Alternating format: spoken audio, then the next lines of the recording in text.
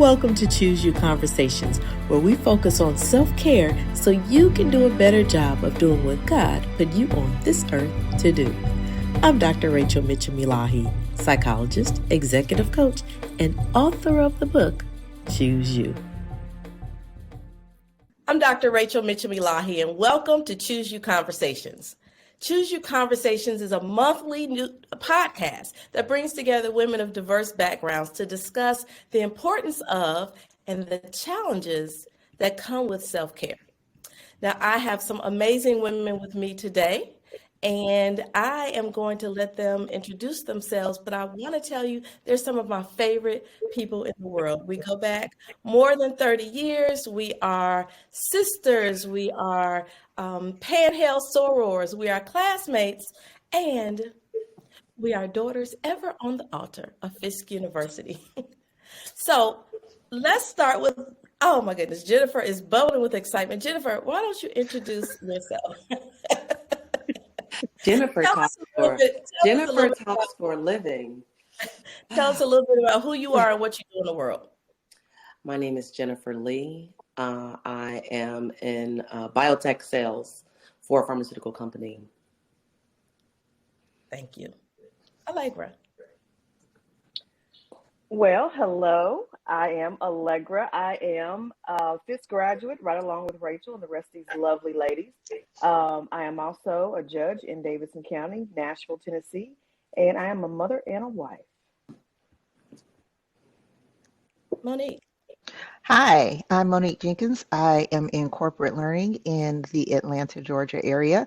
Again, a Fisk University graduate. Yay, I'm a mama, I'm not a wife.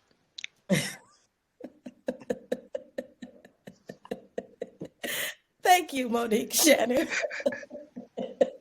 Hi, I'm Shannon Khadijah. I am also a Fisk University graduate and happy to be here. I am in cybersecurity and I live in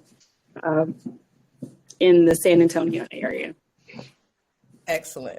Thank you all. Clearly, we know, I think we all appreciate that self-care is important, but unfortunately for many women, they aren't really sure about what it looks like, and some of them even doubt if it's truly possible for their life. So we're here to talk about the perspectives on self-care, our different perspectives on self-care. So tell me, anybody jump in, why is self-care critical to you? I think it just helps me to manage my day-to-day stresses, to do something nice for myself, even if it is just something as simple as a nice hot shower and laying across my bed for, whenever. And for me, I think it probably grounds me. My work life is pretty much, very hectic. And I think this is the first time that I've ever really thought about self-care in that like definitive way. I think I've done it all along, but to actually make it something that is part of my day-to-day is probably new to me. Why do you think that is? Because I was a mama and a wife first, and I put everybody before myself. I mean, quite frankly, I think we probably all come from that generation where we saw our moms really work very hard in keeping our families together and the community and everything and everyone else. And we probably interpreted that as maybe selfish, tending to self as maybe selfish. Sorry. But, I think it's something that we're learning now to do. I would agree with Shannon in terms of the way we've been brought up. It's viewed upon as being selfish. I'm okay with being selfish. And I guess I was being selfish years ago and not really thinking that was self-care. So right. I'll go, I used to before I got into the mother-wife role, but, shopping was my thing. So that was self-care to me years ago. And I've come back to self-care, to be honest, because I've been parenting and helping with homework and projects and transporting, a child here and there. So I've not really I took a break from true self-care, routine self-care. But now I'm back and I'm enjoying it. So yay for me and a kid that's about to be in college. Baby, let's go. So, was there a definitive moment for any of you that you realized, wait a minute, I'm not taking care of myself. I'm taking care of him, her, these little ones, the older ones. It's time for me. Was there a definitive moment that comes to mind for you? For me, it was 2016. I had a serious health crisis, and unfortunately, it took a toll. It took me a long time to get there. Like, I think your body is an amazing thing. It's amazing creation. So it takes a lot to take you down, and then you kind of, at least I did. I reasoned away why this was happening and that was happening. And when I finally got the diagnosis, it was like, oh, I got to sit down somewhere. And that was really the shift for me, but it had been a long time coming. I think most of us, we move out of our parents' house, go to college, all the things that are kind of expected of, I would say, all of us. And we don't realize the stressors that happen and just kind of build up.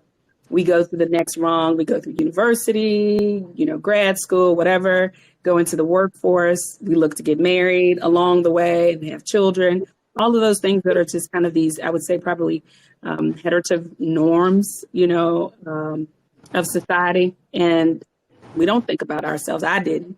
I saw my grandmother doing the same thing with a whole lot less success and a whole lot more children. And so I think I just thought, this is what I should feel like, until I hit the brick wall, so to speak, in 2016. And that sat me down. And I really had to come to terms with, what I had not done to take care of myself along the way.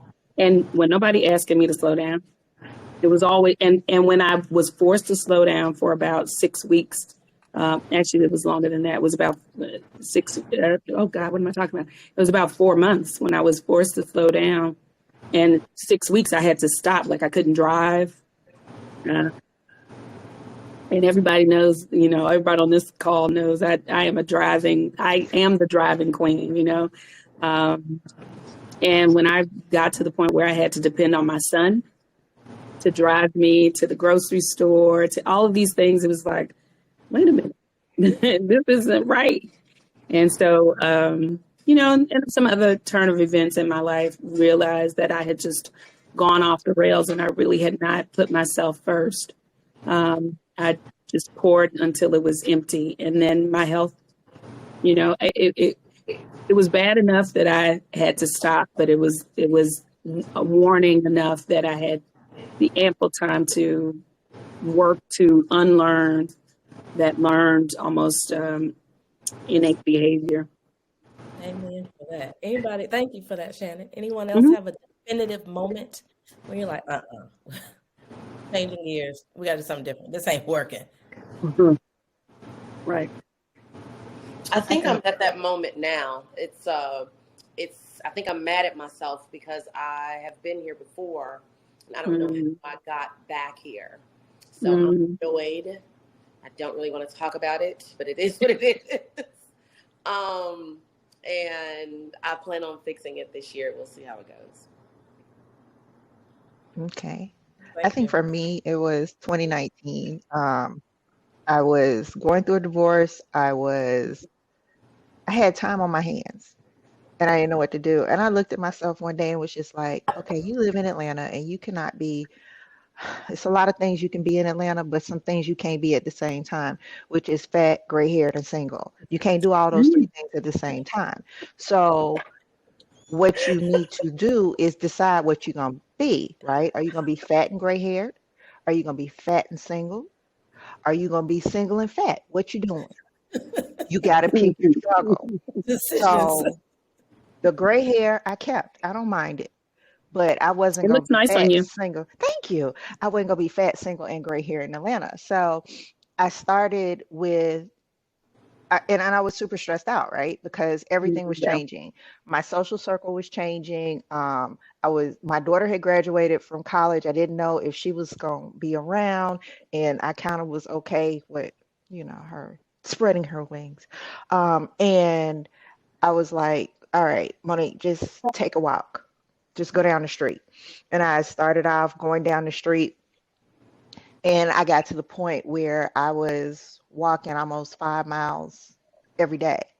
And I realized that my stress level was lower, that, it was easier to manage my food choices.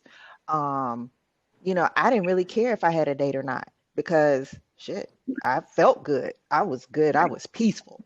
I would go on a damn walk, and if there was anything I needed to talk about, think about, if I needed to get some shit off my chest, I could say whatever I needed to say. That nobody cared. They thought I was the crazy lady walking around the neighborhood with a golf club. And, because my fingers would go to sleep, I would swing the golf club, and they were like, we thought somebody was bothering you. And I was just like, oh, damn. So I left the golf club at home and got some pepper spray. But the whole point was, it was something really small and really simple, but it made a huge difference. And I need to start doing it again, because again, you can't be fat, gray-haired, and single in Atlanta. That's all. I'm just gonna throw that out there. Thank you for sharing that. How do you create boundaries with people but still preserve your relationships when you need to tell them no? Because self-care is critical for you. You come first. How do you preserve those relationships? Or do you not care about preserving them? Well, I think, people who know you, care about you, those boundaries are easy to set, right? It's those people who are, well, let me clarify. It's those people who are very accustomed to you being your old way, right? So you have to be very comfortable being uncomfortable, saying things to people who, I think they care about you, but they've never heard you say no. You always show up, and you show up in a way that, you're haggard, you're tired, you're whatever, but you still show up. And so I think Like today, even. like so, you just get that you have to be very comfortable putting yourself first, choosing you. Look, see what I did right there? See what I did there? I see it. It is something that I want to work on in 2024. I don't feel comfortable saying no. I am a person that does a lot of things for other people. Really? And absolutely. And it annoys Say no me. to us all the time. I don't feel like I say no to anybody. Like I don't. I want to say no to everyone. Like I feel like until I'm in my place of happiness, I want to tell everybody to leave me the fuck alone. Like this is it. This is my last thing that I'm doing for anyone else, and it's exhausting when you're trying to fight for yourself and you have people saying, Jennifer, can you? And to say no, I feel bad. Like this girl was like, oh, I have a girl that wants to go to Fisk and she wants to be a chemistry major. Can you mentor her? I said no. And I still feel guilty. And I think about, oh, I should have just taken this on. I have another girl who got laid off and she's like, can you? And I'm like, ugh. So I feel bad because I do recognize that people need help and that I'm dynamic. So I get all of that. But right now I'm fighting for myself. So I really want to put a stamp on my head that says, don't ask me for shit. I mean, Jen, if this is going to be your year or no, that's cool. But you also, the guilt, if it's going to stay on you, then figure out what you can say yes to. So if it's no to mentorship, which is a very long-term commitment, you can say, I'm not up to mentoring, but what I can do is have a conversation with her about the chemistry program at Fisk and what it did for me. And therefore you're still helping, but maybe that's a lighter lift for you. Right. And I actually had to do that, oddly enough, well, not oddly enough, with my family. I have a huge family. And, again, going back to my grandmother, she was dynamic. I don't ever remember her saying no, but I know she had boundaries, right? And you know how I know she had boundaries? Because it was just certain things people stopped bringing to her, right? But the things that she could do, she did. And so I like that suggestion, Mo, is for you to decide within that what is asked, what you can compartmentalize, and until you get to the no. Because, telling my family members, and it's a whole bunch of them, and I am a chip off of the old block when it comes to being a bully. And so it's hard to tell them no, but you just know, and no means no. And one of the things that I learned during the pandemic is my no means no and my yes means yes. If I'm able to without a heavy lift, then I did it. If I wasn't able to, I did not. And I can tell you there were moments when I felt really guilty about it, Jennifer. My friends were really concerned about me being isolated.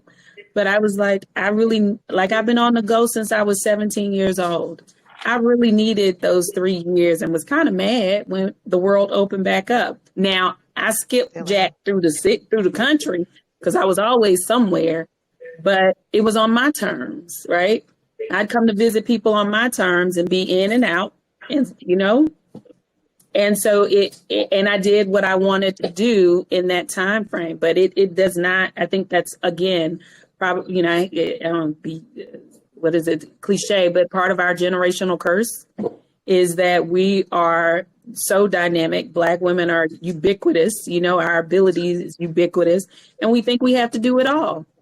And so I hope, Jennifer, that 2024, when I call you and ask you for help, you say, Shannon, man, I ain't doing shit for you because I don't have it in me. Or just I can't do it, or I'm not going to do it. Whatever it is, and that they'll be all right. Shit, they'll find another way if it's really intended for them to find another way. You are dynamic, and I think you give so much that people just think that you're an endless well, waterfall, and that's not true. It simply isn't true.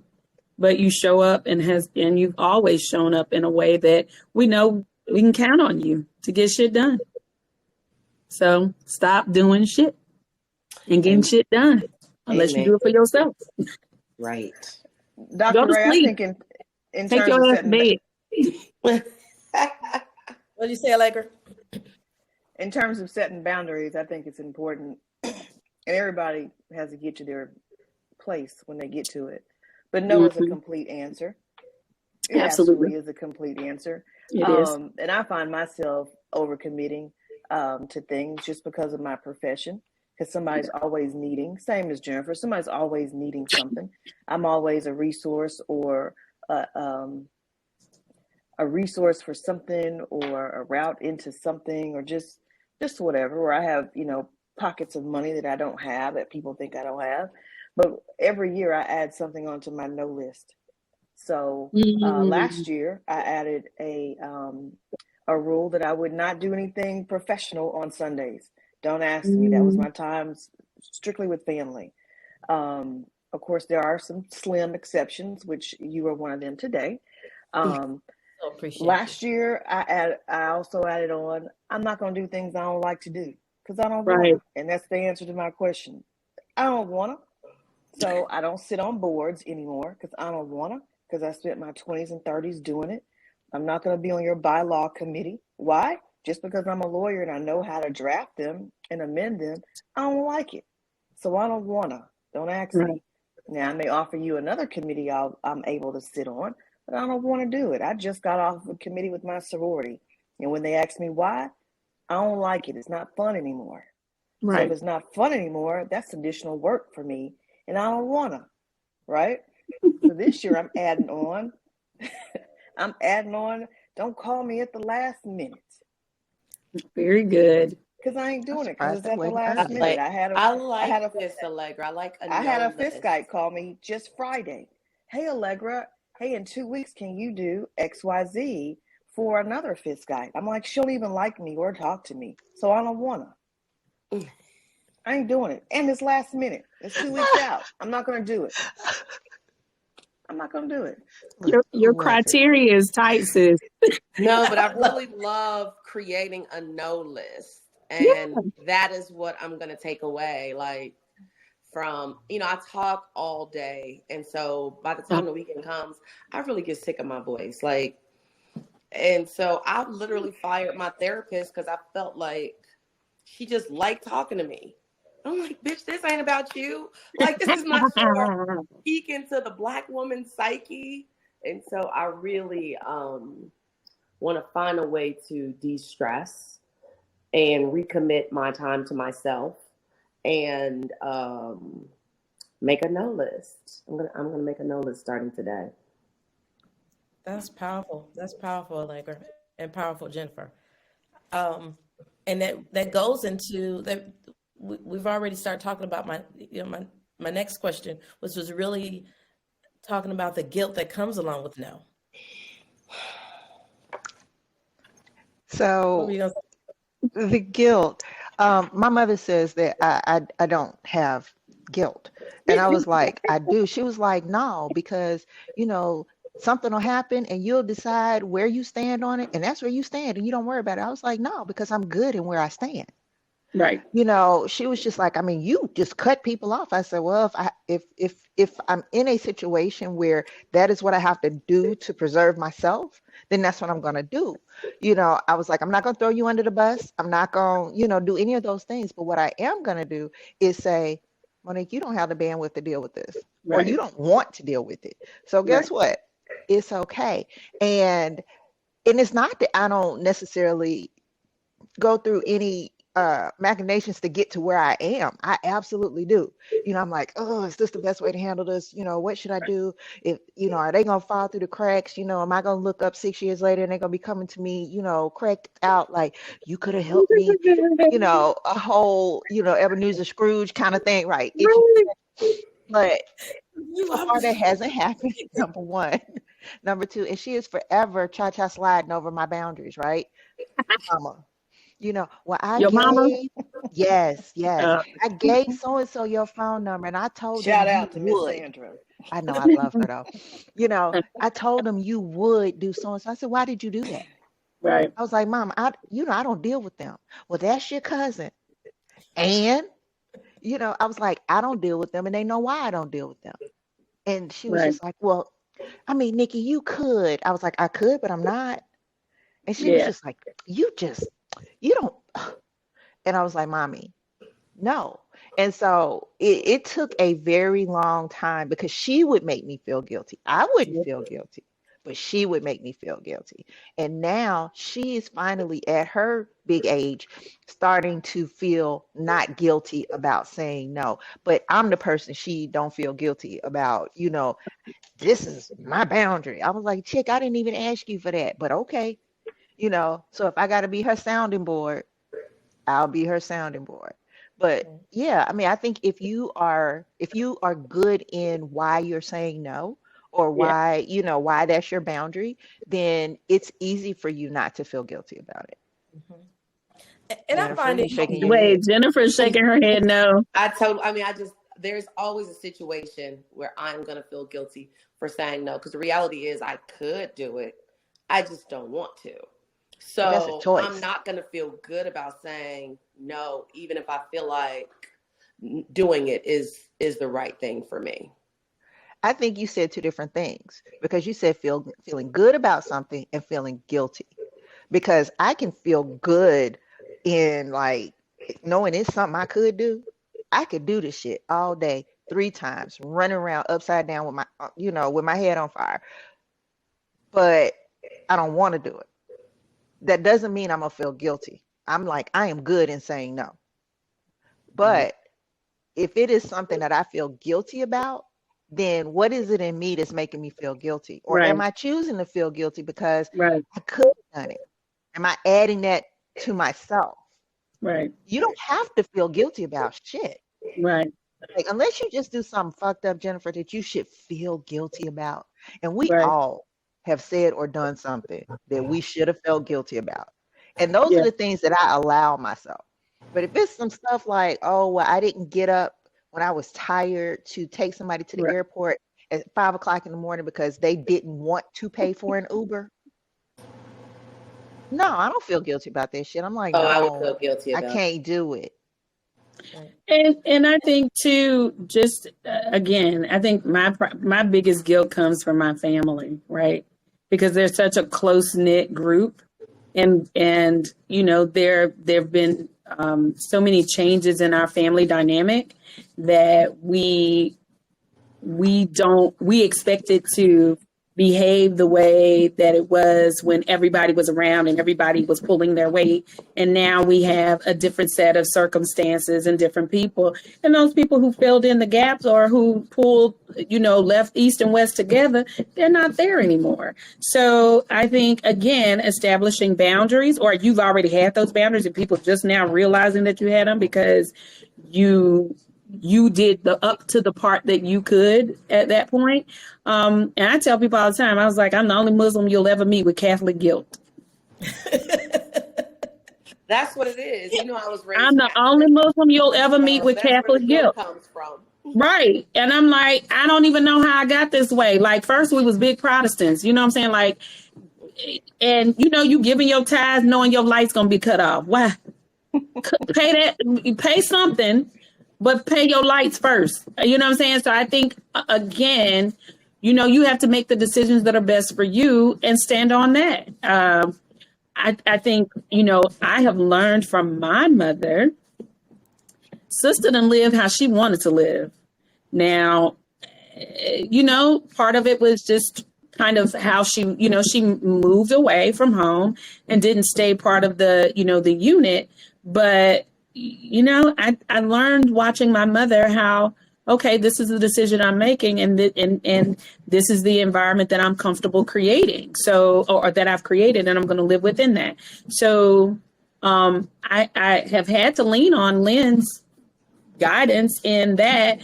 But I also have on the other side, the rest of the, the man clan, how they were just, they were a tight knit group, but now we're missing some of those key components. And it's like, I know I could, but I'm like Allegra, I don't want to. And in that same vein, the guilt, I process the guilt in the way, starting from me. If I do this, how will it truly impact me? And what am I willing to deal with? And what am I willing to risk? And I think that's sometimes how the decisions that, if I'm on the borderline, but generally speaking, it's like I've already, I've done a good assessment of what I could do and what I could afford to give. And I don't feel guilty either way, or I try not to. And sometimes I do have to, vent a bit about it, but overall, I try. Y'all see this? That dog. Yeah. You bring up a really good point, Shannon, and there's an amazing book I read once. It's called Choose You. And the author says that when you're saying no to other people, you get the opportunity to say yes to yourself. Absolutely. We can't do both. And so I'd rather say yes to me. Right. And sometimes that guilt and that anger, sometimes it's me angry at myself. It'll look like I'm angry at you for asking me in this predicament. But I put myself in it because I'm really angry at myself that I violated my own boundaries. Right. I should have said no. Now I'm mad. Right. And I just got sick of that feeling. So let's start with no. If my answer changes, I'll get back with you. I don't tell them that. What I tell them is no. If I have a change of heart, I'll call you back. If I'm feeling, and it took a long time to get here, and sometimes it's still a problem. But if I'm on the fence, I'll just say, give me a minute, let me think about it. That pushy salesman, you somewhere and somebody's on you, you want to buy it? I'm not sure. Well, we got this, and we have it. Get up off of me. So I'll say, give me, let me get back with you. Let me think about it. Give me a minute. And that gives me space to sometimes build myself up to, Rachel, you know you really don't want to do this. Don't do it. So that I don't get weak in the moment and then give in. I'm mad at them, mad at myself, mad at everybody. And now I'm doing it half-hearted. I'm doing it with an attitude. Yeah. Been there. Yeah. Been there. You look pregnant with thought, Jennifer. I'm not. All right. So we talked a little bit about our parents and, you know, the generation we've come from. No, we talked about our mamas. Your mamas. Thank you. Your mamas. We ain't talking about our parents. We talking about our mamas. Okay. So, all right. Next. I just want to be clear. So our mothers and what self-care may or may not have looked like for them or what we saw them do. What's your messaging to your children? Shannon, you're the only one without a daughter, but the sons need it too. What's your message to your children about self-care? Something different that, you know, you may not have received this message from your mother. You know, my son is a whole lot smarter and I would say observant. I think he saw and probably I went through a divorce as he was getting ready. Well, I was starting the divorce as he was getting ready to go to college. And there were things that we just didn't talk about. Right. And he still, you know, we probably talked about them when he turned 21, but that was, 4 years, after I separated from my ex-husband. But what was funny is that one of the things that he told a really good friend of mine, and he said, your son saw your sacrifices. And I was like, what? He was like, yeah, your son. And Jelani even said to me, he was like, I never thought of you as a person. I was like, what? He was like, I never thought of you as a person. I only saw you as my mother. And I realized how many sacrifices you made. And, I just the impact that you had on my life. And so he started being, I think, if I could speak for him, he saw my struggles and sacrifices with it. I mean, because I talked to him about most things, right? Just so that he could make informed decisions. And he saw that and was like, I don't want to do that. So now he's comfortable telling my ass no. I'm like, I need you to stop. And now the thing is he won't want to break my heart, right? And so I'm in the last 3 years, I've stopped that because I said so type shit with him. And so, because he's grown. And I remember what that felt like when my family, would make me do certain things. And I was probably about 23 or 24 when I finally got to the point where I was just like, but I was also, 900 miles away from the person with the closest name to man. So it just made it a little easier, but to not have to deal with them. But my son, and I think it may be, I don't know if it's genetics, men just make easier decisions that aren't emotional. So their no can be no, and they can go play basketball. Or in his case, go play soccer. He didn't care if he hurt my feelings. But in the last few years, since he's lived with me, just he and I, we've had real hard conversations about what that meant. Like I would have him do something or he'd join me in doing something and he just didn't enjoy it. And so I'm like, he was like, look, here's the skinny of it. I didn't like it. It was, and it's, and so it became a matter of me respecting his boundaries. But he has long since, and then he went away, like he really went away to school. Y'all know he went to school in England. So it wasn't a whole bunch of, I couldn't ask him to do anything because he was keeping himself alive and staying out of my pockets as best as he could.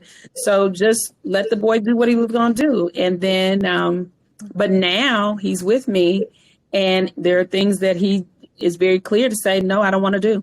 And he takes himself out of that space.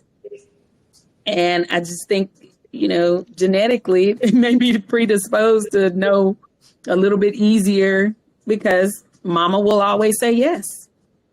We can work mama's no is so far from the first answer. Dad's answer is probably no, and then you got to work him to yes. Mom's is yes, and you got to work her to no, but then you got to piss her off in the process, right? To get to know. So, Rachel, I think, because I have a daughter, and I think messages with self-care to her daughter, I've always encouraged her to make good girlfriends, to have a good solid core group of girlfriends that you can trust, that are loyal, that you can have fun with, that you can laugh with, you can cry on their shoulder, kind of like the ones I have on this call. For me, that's been good self-care. I've encouraged her to travel, to not be closed in, not be closed-minded, to see the world and enjoy adventure. Maybe I'll send her with Jennifer on the next adventure. I don't know. But travel is something we definitely talk about. I also talk about with Ajwa, that therapy is okay.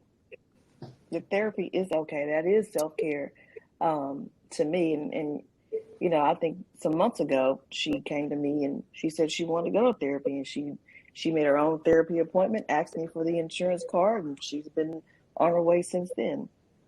I thought that was great. I mean, I never would have done that as a 17-year-old, but I think that's great. And I think the ultimate self-care that I encourage her to do, and she sees me do, even over going to church, is brunch. Brunch is the ultimate. raw to brunch, man. That is it. I'll play Hooky from Jesus in a New York Minute if it's a good invitation to go to a good brunch. And that fills my soul. It does. It does. So anyway, those are some things that I've kind of encouraged her to do as she matriculates through life. For Courtney, I've done things like, I've always stressed to her being very clear in her communications. I said, because a lot of times having communication issues leads to the stress, which then leads to I got to have some downtime. I got to have some, I got to do something to make me feel better, right? But in listening to herself, being in tune with where you are, not just physically, but mentally. Because I know I would slide her on Dr. Ray's couch in a hot minute and be like, oh, wait, this is something urgent. You don't have time to find a therapist. Auntie Rachel. And I'm sure. Did Courtney call you? Girl, let that woman manage her own business. No, I'm like, shit, is she okay? That's the only reason I'm asking. Did she call you? Can you tell me, do I need to be like, I'm booking a flight to LA? Just to lay eyes on her to make sure she is good. For me, that's a part of my self-care, just knowing that she's okay. I try not to over-mother, as an only child with an only child, it's hard, right? You really are like, you try your damn level best not to be in their business because you don't really want to know. You don't want to know. No. But because, I'm like, do the things that you need to do to make yourself feel better. It is nothing for me to call her on a Sunday and she is in that damn bathtub with bath bombs and laying there like, no, and a bottle of wine or something sitting next to the tub and she's chilling. And I was like, it never occurred to me. Well, I couldn't have done it at her age because I had a toddler who would have been somewhere fucking shit up. So, sitting in a bathtub for 2-3 hours wasn't an option. But she takes care of Courtney. She does the things that she needs to do. And now that she's focusing in on her career and making those contacts that she needs to make to do the things she wants to do. And, I think one of the things that I try to do is just to let her know that I'm proud of her. Yeah. It's like, I don't remember having conversations with my mother at that age where she would just call me and be like, I'm proud of you that you are taking care of yourself and you're taking care of Courtney and that you are self-sufficient. living 400 miles away, and you know, it's not even about big things. I'm proud of you that you got a job, or I'm proud of you. No, bitch, I'm proud of you that you just out there breathing, that you haven't done anything to, you know, change your core memories of who you are, Right. that you know, you haven't sacrificed yourself to get to, you know, just to be able to eat, you know. And so she's just like, so I try to pour into her as much as I can, as often as I can. And not to interrupt, but to interject, I think I've learned a lot. Allegra mentioned a core group of friends. I have learned a whole lot from y'all. I mean, just I think in the last 10 years, we've become much closer, right? Because we've all just, now we're not in the thick of parenting like that anymore. You know, Left I those just had, shitty ass husbands alone. That's what we did. That's what brought us closer. Dang, y'all, Got wait, rid of all stop them. right there. We all have left a shitty husband. We have. That is the ultimate form of self-care. And when you talk about choosing you, and yeah, I said this to my sister recently, to choose yourself over being a man's wife is the baby. ultimate form of self-care and self-love, because we all know that is so, I mean, you know, it's expected that you're a wife, it's expected that you're a mother, and when you decide that you have had enough of that man and you choose yourself, that takes a lot of courage. And I know many women who stay in bad marriages because they just don't have the courage to choose themselves. And then after choosing yourself, you have to figure out who you are as a woman, you know, outside of being some person's wife. And then when your children leave, outside of being somebody's mother, who am I? And I think that takes a lot of courage and determination too. And I think it going back to the friends, I think it takes your friend. I remember the conversation I had with Allegra when I left. And I had that same conversation with Dion. And Dion's had that same conversation with another friend of hers, ours, right? And the courage that it took for all of us to step out of the norm, that, you know, the heteronormative expectation, especially at our age, and especially with the kid or kids, or, you know, and I do go back to, you know, there's a lot that happened between, you know, when we decide to leave, if we're the ones leaving, then that means we should have been gone. Been gone. Been gone. I look back and I get so angry at myself for staying way longer than I should have. Like, I did not look at that man on my 10th wedding anniversary. Like, why was I off in Spain with this man? Like, I left that trip like, this is a beautiful place. I hate this man. I hate myself. I'm fixing it.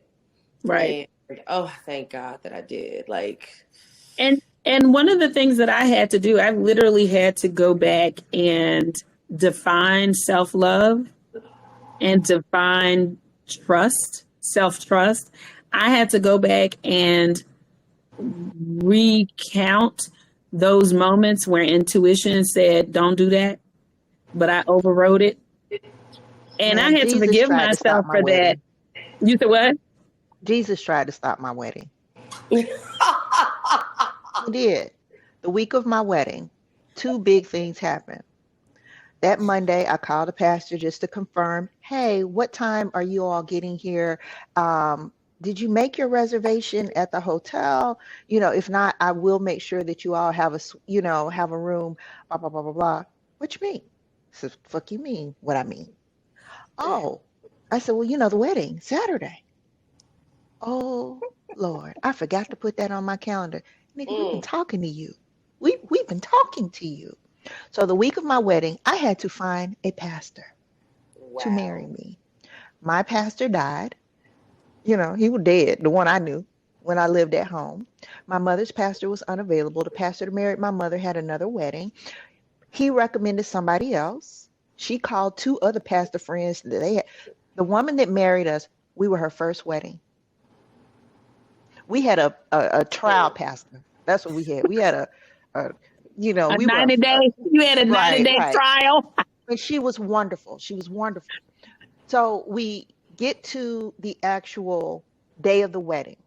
I get up that morning. I go get my hair done. I'm picking stuff up. I go to my mom's house. I pick some stuff up, and I'm headed to the church. I get on the street the church is on, and I can see the church. My car stops. Oh my The God. engine cut. And I literally rolled into the parking lot, into a parking space, got out of the car, handed my keys to my uncle and said, "It's something wrong with my car," and went into church. Jesus That wasn't the tried to Lord. stop If my that wasn't a wedding. sign, boo, that was like, Right. That was it. that was And I like the didn't, rain for the ark, sis. Like, why you go? You know how ma'am, many times we've all ignored God. Like, We have. I did. and it's I funny because now did. when I pray, I ask God to remove people from my life who are not supposed to be there. Right. But I do the caveat, but please don't hurt me in the past, because the way that God told me that I could be married no longer was too hurtful and shocking, and I don't want him to do a repeat of that. Just Right. don't take him away and don't hurt me. Right. You But know, you know, Monique, talk about these signs of why we should not or have rethought some things. And it's funny, and Rachel knows I have a whole chronicle of ex-mother-in-law stories. But mine didn't even show up to the wedding until maybe like about an hour before the wedding date. Like she just didn't show up. mine skipped the wedding rehearsal because she was at the mall shopping. Because I guess they came to the big city of Columbia, South Carolina. And, I'm not going to be ugly. They were at the mall shopping. And she showed up at the rehearsal. The rehearsal started at 5, and she showed up at 6:30. Wow. And had people with her that were in the wedding. His brother didn't show up at all. He was in the wedding party. Did not show up at all. So we had a damn usher in his damn tuxedo. The damn sleeves was back here. I just was like, you know what? During the ceremony, my stepson dropped the rings.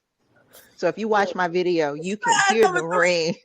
That's slide number 3. girl. You can hear them hit the floor and go ding, ding, ding, rolling across the stage. It was.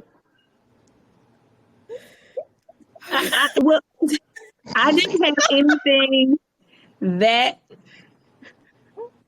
telling as a sign, but I knew, and I overrode it. And Yeah. I overrode it in a way that, really, I think I'm just now being able to understand how to quiet the outside noise to hear what I need to do, to just be still.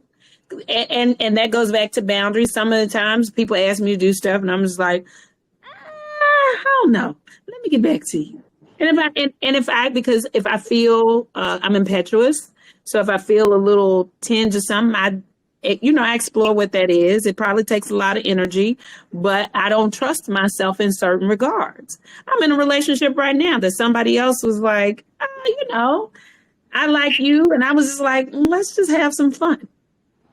But, when we got to when the rubber met the road, it was like, I realized that was just me being afraid of not trusting myself.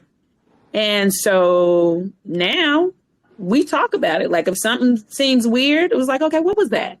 Let me just explore what that is. And I'm like, it's amazing that I don't have to act on any of it, because we're really at the point where neither one of us has anything else to lose, but we have everything to gain. You know what I'm saying? Like, it's too, like, we're not going to lose anything because we're not together, but we're looking at this as a gain situation. So now we talk through all the stuff. And I think now, because I have done the work, all revolving around taking care of me, I can say, we had a conversation yesterday and he was trying to make me say something I didn't want to say. And I said, let's not do this right now. Let's just talk about it, in a day, let's just give it. And he was like, okay. He was like, are you good? I was like, I'm good. I was like, I feel like there's enough that I know right now to act on what I need to act on right now. And when we get to that next point, and that's hard to do, to have the patience for it, right? Because I was always going back to overriding. I was always impatient about things. I need to do it right now, right now, right now. This needs to happen, da, da, da, da, da. Because I was on some fake ass timeline that didn't have shit to do with shit. I still ain't got but one kid. And hell, it wasn't like I wasn't trying. I wanted to have more than one child, and then I just ran out of time. Well, if you picking the wrong person to have children with, you're probably going to run out of time because you say, I don't want to have another baby with you. So you decide you're not going to have another baby with that person. And then you're just like, well. But I think the big part for me was really just kind of overriding the things that I knew to meet some false expectation that had nothing to do with me personally. Grad school. It ain't had shit to do with me because I never finished the damn degree. You know what I'm saying? Like, it was what somebody thought I should be doing. And hell, they wasn't paying none. I'm still paying Navient. You know what I'm saying? For some shit I didn't finish. But it was the expectation. And I overrode really what I wanted. But I also think I didn't, going back to what Allegra said about Adjoa, I don't think I had enough life experience at that time. I hadn't lived enough. I had done enough, which I'm really glad to hear you tell her that, because when you're in a bubble that we grew up in, and then Fisk was a bubble, and then then you come to Howard, even though you're in DC, it's still a damn bubble, because it's just black. It's black excellence, but it's black. It ain't the real world, right? So to give them that experience early, and for the young women to know that they can trust themselves and navigate, it makes it worthwhile, the shit that I've gone through. My son has seen it, but I actually have these conversations with my nieces, right? Because they're more prone to be led. Now I got one. I have to tell her, Jayla, stand down, like you doing the most, because I'm not telling you to slow down, but you can't make this man, let him figure out what he wants to do, and you keep doing what you want to do, and he'll catch up, or he won't, and then you'll know he's not the right one. So I do have to tell Jayla, give her a little, got to give her a different kind of advice. But the other ones, I'm like, trust your gut, trust your instincts, and then if you don't know, go to sleep, take a damn nap. Ain't shit got to be decided, because if you sleep, you can't decide. Absolutely. Shannon, you said something about our kids being the life experience being smarter. I think one of the things that I would say that our children benefited from us was kind of that sitting back watching us navigate, right? Yeah. And we were not those parents that treated our kids like adults, but I think we treated them like they were smarter than, a lot of people don't treat their kids like they're smart enough to make decisions. And because I like to talk about Gen X parents that, the people that raised us basically assumed that we knew how to do everything. And they just said, go ahead on. They were like, it's a microwave in there, figure it out. We did all kinds of wild shit we never was supposed to do. But we survived, we got here. So we took the boundaries that we knew we should have had, we applied those to our children, but we still were like, hey, you're smart, but let me help you. I'm going to help you make these better decisions by making sure that you're exposed to these things, that you have this good communication with me, that we can talk about the concerns that you have. My daughter shocks the shit out of me on a regular basis. So 23, 24, she's dating this guy. First of all, I was fucked up because he was 35, and I was like, what do you want with my baby? Ooh. And I was like, Let's put a pin in Courtney, that. right? I was like, he's an old man. Why are you? And she was just like, no, we work in the same industry. Da, da, da, da. And I was just like, okay. And that's when we did come up with a rule that I wouldn't date under 40 and she wouldn't date over 40, but that's neither here nor there.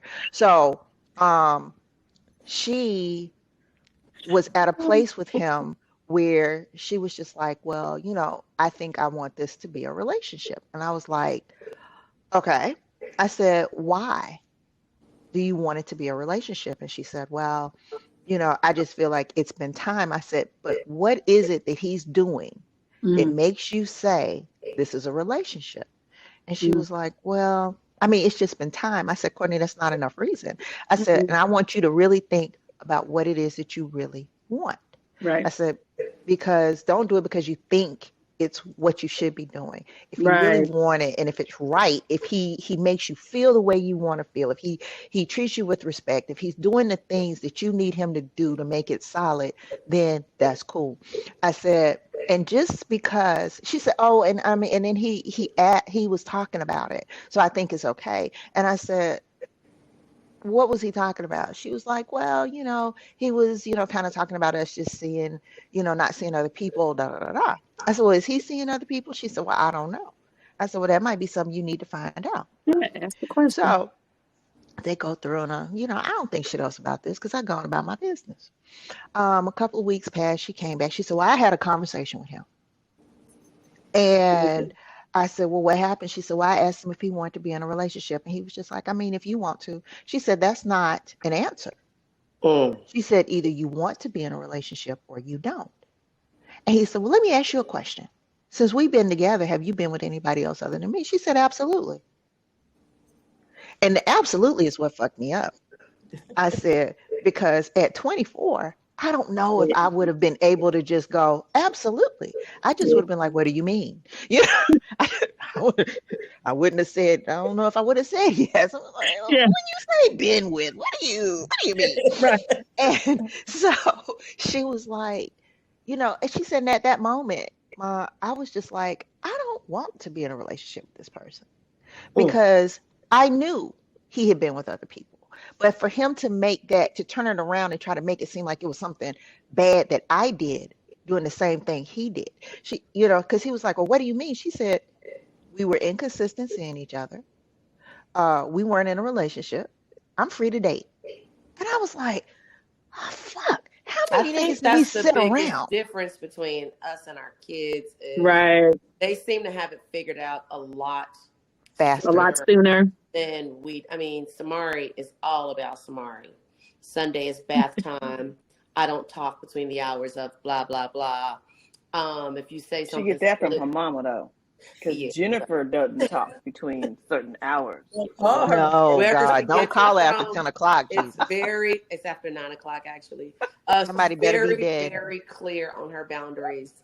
To the point where she'll check me and be like, I don't like the way that you said ... or I didn't appreciate. And I would never say that to my mother. My mother has carte blanche of saying, doing anything. But these children, to the point where I'd be like, fuck your boundaries. So I'm still working through my acceptance of her boundaries. I appreciate their using those things on other people, but I have not. I don't appreciate them using it on me. But they're teaching us they're teaching us because they've seen it. So we have to own that. Like, we've raised very self-aware children and young people. They're not even children anymore. They're young people because Rachel's the only one. Well, no, Audra was in her teens, but she's, headed in that direction. So, and for them to articulate that and for us to be convicted by that articulation, one thing you said, Shannon, that my children have not realized that. You said Jelani realized you were a person and not just his mother. My children only look at me as their mother and not a person. And that's another lesson that I want them to learn in So what can you 2024? do? What can you That's the whole thing. do? I have no idea. But I That plan on and figuring it out in 2024. Like, I am a whole human being and not just the person that but is here to so mother you. that is completely within your power, Jen. It is completely within your power to be able to turn that around. And it does start with your boundaries, and it starts with Saying no. yeah, your no, because if you're not a well, you're not a waterfall. You're a human being. And even, my job is probably more stressful than the most stressful thing that I have going on right now. And let me tell you, I have my moments where I'm just like, fuck it, I'm a space cadet today. You know why? Because I'm like Jennifer. I talk all day. I am I have 40 something people who work for me.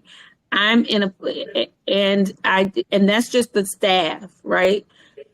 I am talking to hospitals all over the world, and I really feel like I'm an information broker more than I'm anything, right?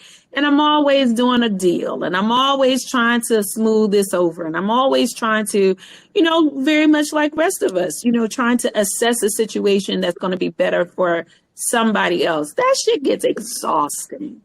Mhm. And you do it in my field is mostly white male dominated field. And so when I show up, some of these people know me and some of them don't. So, you got to figure out how to navigate that. But at the end of the day, I'm like, shit, when I'm off, I'm off. Yeah, I mean, my Don't. word for 2024 is revitalize. And so Mm, part of that revitalization, my hashtags are fuck that job, fuck those kids. Because those are the two things that drove me crazy in 2023. Like, I really wanted to be number one. And I thought about it. There's a difference in number one bonus money versus number, let's say, 8 bonus money. Do I care enough about that? I think the difference is, let's say, I don't know, $12,000 to $15,000. Do I care enough about that to kill myself? So mm, those are the questions that need to be like, do I really need that money? I obviously like to spend it, but do I need it? And the answer is no. But how can I At the utilize? expense of yourself. Like, like, are you Right, right. at the expense of myself, and that's what's Yeah. happened What do this you? past year is, between my job and my kids, like, I mean, I just can't tell you. Like, I feel like I need to just go, like, run to Africa and not come back, for at least for a year, maybe. See, like Jen, for you, I think you haven't come out of the mother place. Like Right. when Courtney graduated from college, it literally was you basically lived on your own for 2 years in Statesboro because she went to Georgia Southern. And I didn't have to tell you to do things, and I didn't supply your everyday needs and Mm-hmm. wants, etc. And so when she came home, I had to make a really clear decision that I wasn't going to mother. I said, I'm your mother and I love you and I will always love you. And if I can help you, I will. But my job now is to guide you. So if Right. you have a situation, we can talk about it Mm. and we can figure out what the best plan is. I said, I'll help you figure it out. I'm not going to figure it out for you. Now, does that mean I still get calls from the doctor's office? Mama, did I ever have such and such? When did I have that surgery on my hernia? When did I do X, Y, or Z? And I get that, we still think she had COVID, like before people knew what COVID was. And, literally I'm thinking it's the flu. And I'm like, why are you acting like this? It's the flu. You okay. But we get to the doctor's office. And so we're sitting there and she was like, well, can you come in with me? And I was just like, oh, okay. So I go and I'm sitting in there. And so they're asking her questions and she looked at me. And I was like, what the fuck are you looking at me for? Talk to the people. And so, and she was just like, so and so, so and so. And I knew she felt bad. Like, I knew she felt bad. But I was like, Courtney, there's still questions only you can answer. I'm Mm-hmm. here to guide you. I'm here to help you. I'm here to support you. But I'm not here to be mommy. So Yeah, when you sick, I will slide into mommy real fast. Are you hungry? You want something to eat? You're cold. Here's your favorite thing. Whatever. I will do that because you're sick and you feel bad. And I love when somebody does that for me. But when you're not sick, she said, I got a job in California. I said, well, how you getting there? How you gonna get your car there? Have you found an apartment? What you doing? Now, did I help her? Absolutely. I helped her. But she had to make those decisions. I guided her through that process. And then I left her ass in LA and was like, all right, I'm good. See you later. And I think, Jennifer, that, not to belabor that point, but I think, again, you do that so well, you're going to have to take care of yourself. It's going to be, and be kind to yourself while you're learning to do it. Because, there's so many things that I find myself sliding back into, and having to have the conscious effort, make the conscious effort, and literally, sometimes give myself headaches about, detaching from that normal, or what was seemingly once normal behavior. One of the things that I had to do, I was known for oversharing. Oh, me too. And so I stopped oversharing. And then I went into complete stealth mode, and people were like, well, y'all were like, well, bitch, where you at? What the fuck is you doing? And I was like, I mean, and some very recent developments, was like, let me see what this is. Because again, it was like, let me make sure I trust myself, the decisions that I've made for myself. And if they look good, shit, we share. If they don't look good, shit, I share later after I decided it ain't good.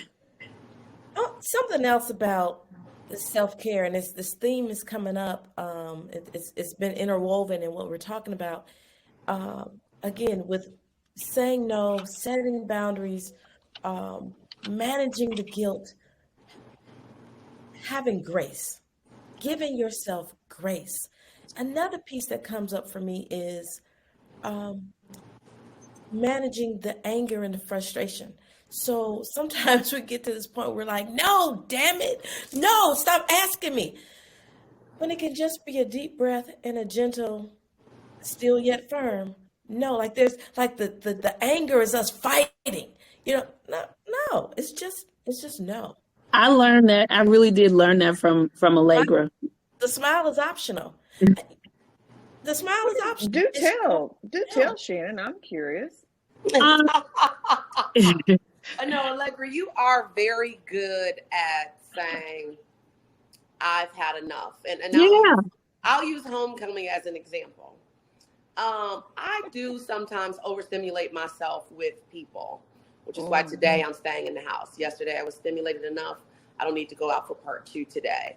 But Allegra, in the midst of homecoming, she'll reach that point a lot sooner than us, and we'll look up and she's gone. And I mean, that is a form of self-care. And not just gone home and taking a nap. Yes. And so that is also something that, like last night I dipped out and my friends are like, where are you? I'm like, in bed with a man. But I did dip out because that was my form of self-care, was leaving and going to. And I must say, from Peanut Gallery, it is a very good form of self-care. Carry on. Right. And amen. So I think hallelujah. that what I would like to do is get to that point that Allegra is at, even absolutely coming home and just realizing that I have had enough.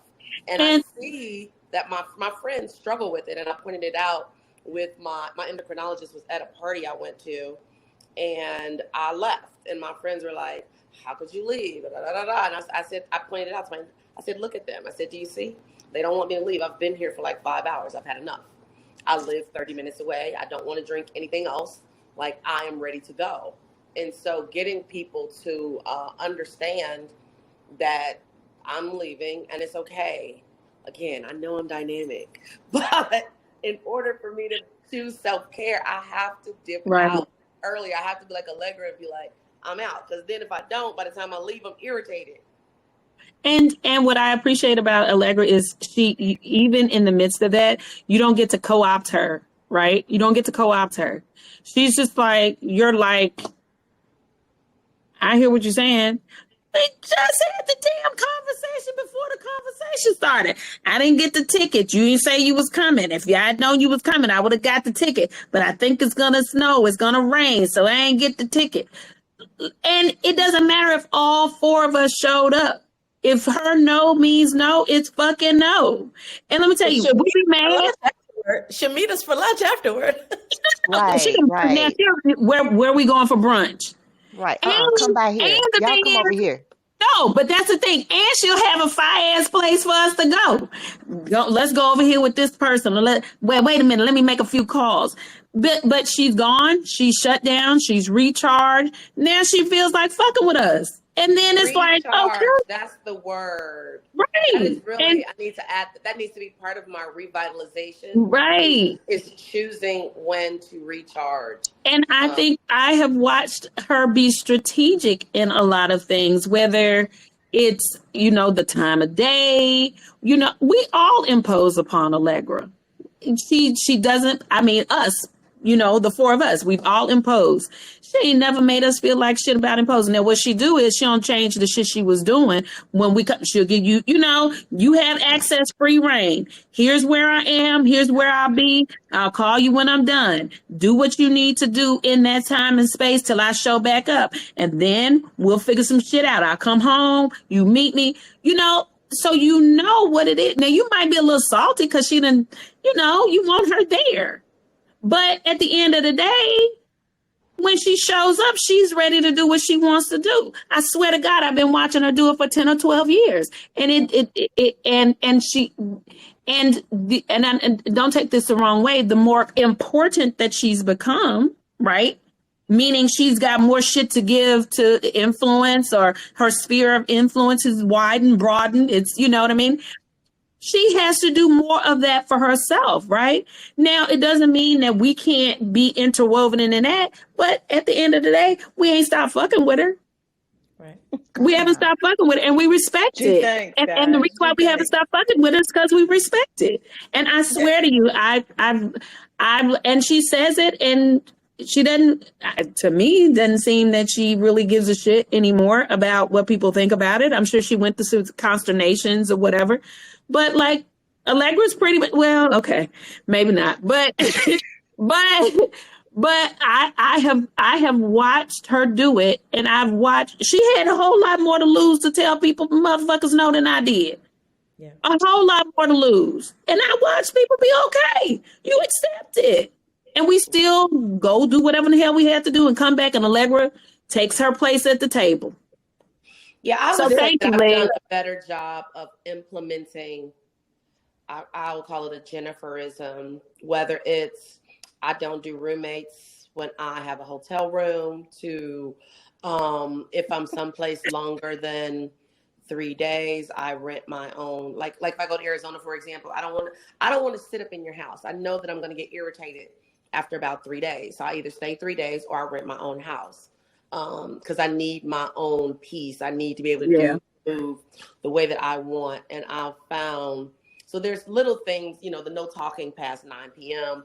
That's another boundary that I've set. And it's not about, me being a bitch or whatever. It's really the fact that I've talked all day and I have to rest my voice. And what a lot of people don't know is I went through a period where I had throat polyps, and I had to have surgery, and it had to be biopsied. And it was really because my ass was talking too much.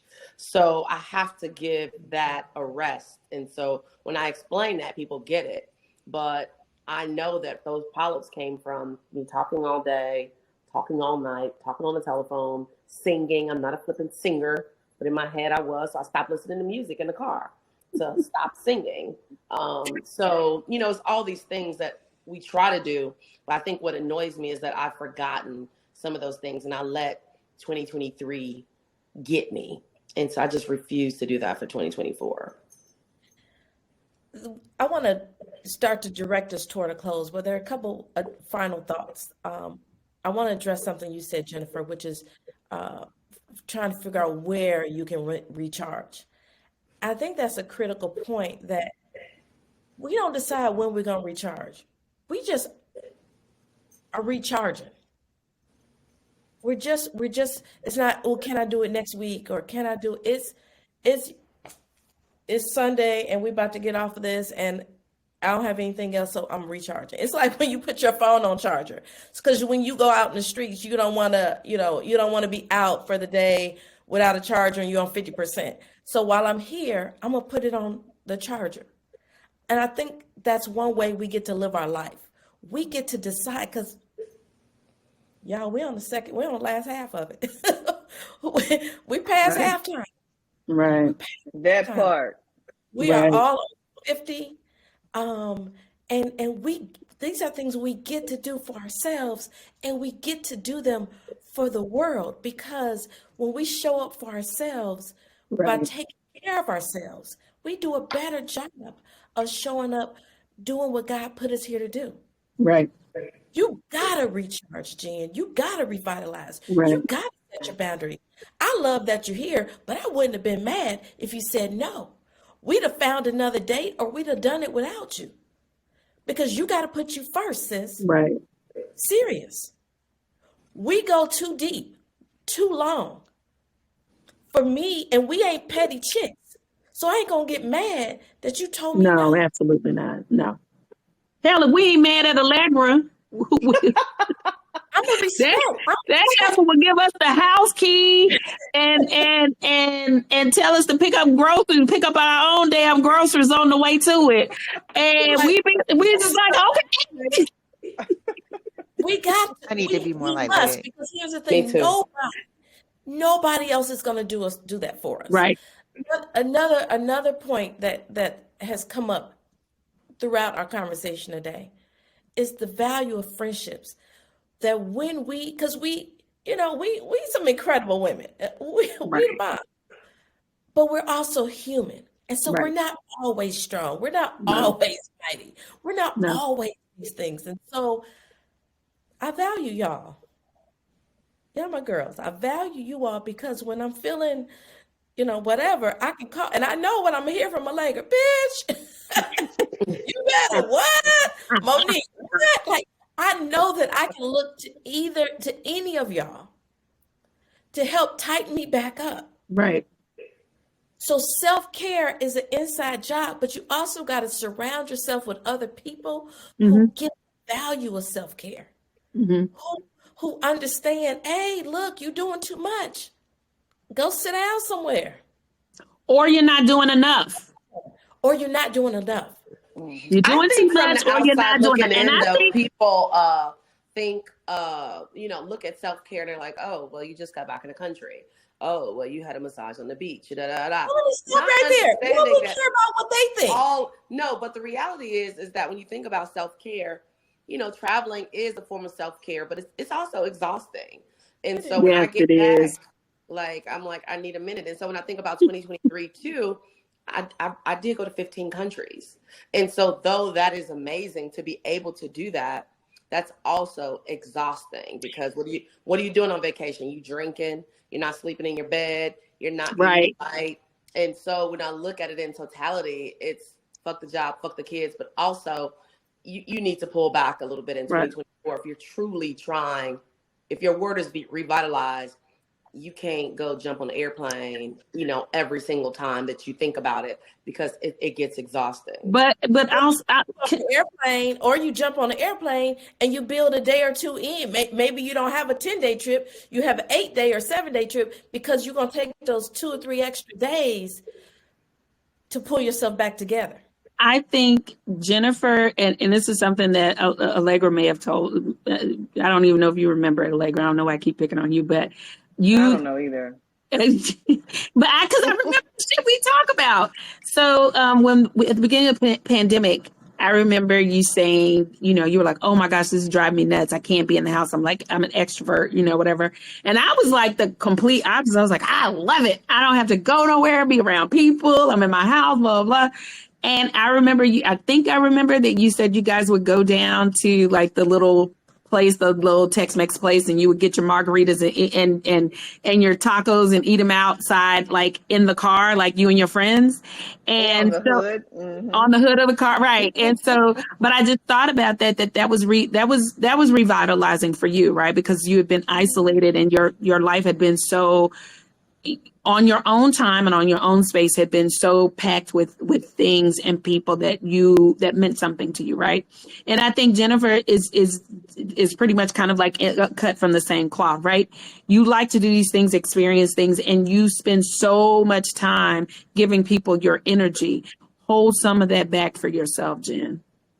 Let me tell you, I get so depressed when I come home from a trip, and I was like, I just came back. I was like, I went to Barbados 3 times. They thought I had a man or something over there. I went to Barbados 3 times in 22. Little did we know.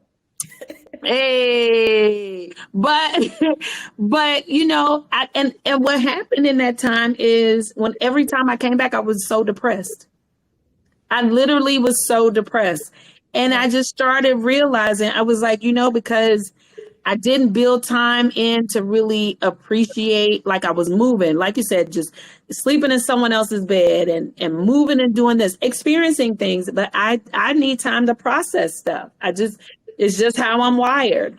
And even like now, there are times where I just turn the phone off. I literally sit in the dark in my house and just let my mind wander with nothing on the other end of that other than for me to take my butt to sleep. So Jennifer, you're going to have to learn that it's okay. And as Rachel said, give yourself that grace and know that, even in that moment of being an extrovert, that some of that has to be pulled back because it's energy, right? Yes, you feed off of other people's energy, but that also means we're feeding off of yours. You're going to eventually need some of that for yourself. Well, yeah, that's what I said when I was talking to one of my sorors before this call, and I told her, I said, the problem with people and their expectations of me is that they always expect me to be on. I'm not always on. I'm not on today. If you notice, you see a much more subdued Jennifer. So I'm not always on, and nor do I always feel like being on. Yeah. And so I think that has been a big lesson of mine in general. And so, give yourself permission to not be on. To not be on. Like you, that's what, right. That's one of the ways that's one of the ways it shows up. Right. Because people are amazed that they're like, oh, you're an introvert. I was like, let me tell you something. I am the person, I'll go to the party, but you won't even know when I left. You'll know, it's like, when did she leave? I ain't telling you bye. Because you're not going to trick me to stay. You're not going to call out to me to stay. I had dinner with a friend of mine last night, a soror of mine last night. And we talked about it. I was like, we got 2 hours.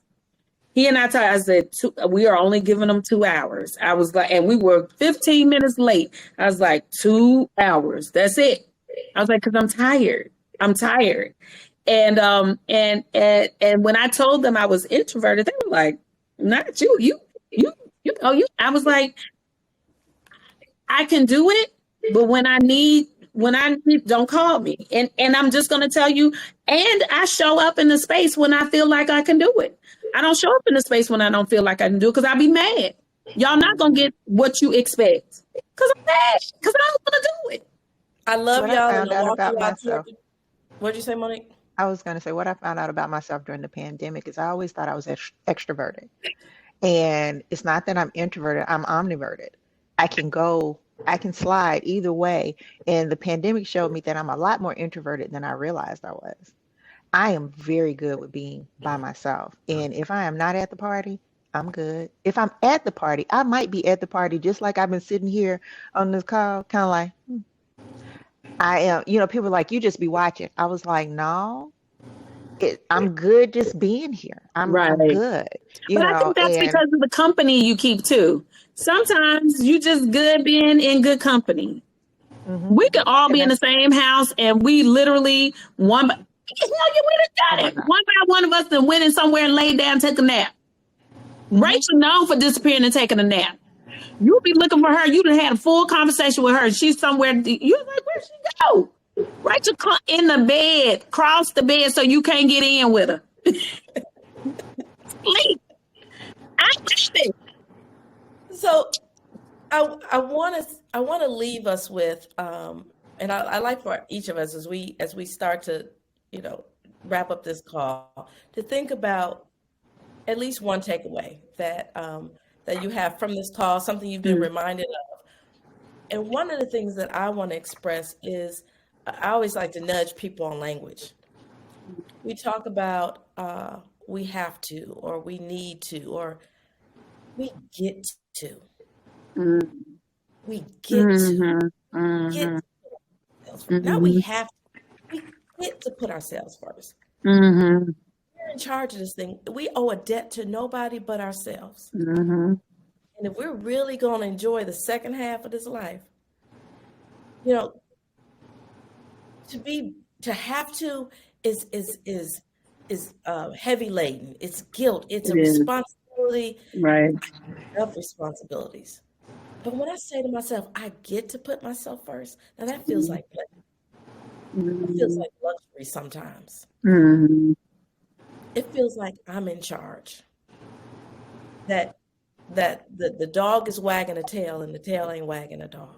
Well, as we wrap up, that's one thing I want to encourage us all to remember, is that we get to do these things. We get to make choices. Who else? What are you walking away from this call with, or want to remind yourself or each other about? I think for me, it's two things. Number one, I could not imagine my life without y'all. Like, I just couldn't. Oh God, not that. I mean, it's just been 30 years, Monique. Clearly, there's no there's no divorce between us broads. Like, there's Right. That is true. That is true. That is true. No, not at all. Separation and bring your Right. I know. It's just like, get over it. Whatever it is your problem was, get over it. But is that, and also just giving myself grace in situations. That is one of the things that I don't necessarily do a lot. It is like, either Monique, you did that good, or you fucked that up. And then when you fuck it up, well, how can I fix it? What do I need to do? How do I make this right? And it is, okay, it's okay if you fucked it up, and you'll figure it out. Just breathe. Try again. Just try again. So that's my takeaway. Thank you for that. Rachel, I think my takeaway, and I've said earlier, that no is a complete answer. And it has a period at the end of that. So, no last minute, no Sundays, no guilt. Just no is a complete answer, and it's all right to say no. Absolutely. Thank you for that. No is self-care. No is self-care. No is self-care. I think my takeaway, to echo Monique, is definitely 30 years is a long time to do anything, right? And you could have two forms of relationship with Black women, really good or not so good. And I think that this, as we've matured and grown, our relationship has also done the same thing. And and to echo Monique's sentiment a little bit further is, I think I'm a better person because of the women on this phone. I learned something from each and every last one of you all. And it amazes me how much I love you all. And it amazes me how much you all love me. It has been something that I have sisters, but I really, I'm not particularly friends with them. But I have friends, and cliche or not, you all are my sisters. I give a pound of flesh and a pint of blood to each of you if you needed it. So thank you for that. Man, how am I supposed to follow that? Like, Shannon made You know, I don't allow myself to be vulnerable with most of my friends, which is sad, but true. So I do feel like I can be vulnerable with y'all. I probably don't. I think Rachel, I've probably called and cried with a couple of times, but for the most part, I portray the strong Black woman, right? And so You never cried with me, Jen. I'm safe. She cut me out, so I think that was about as close as it got. Right. I think She ain't cried with me either, so don't feel bad. Right. So, you know, it's not that I don't feel safe. I do. It's that I don't feel, you know, I feel like the perception of the strong Black woman, that's a real thing.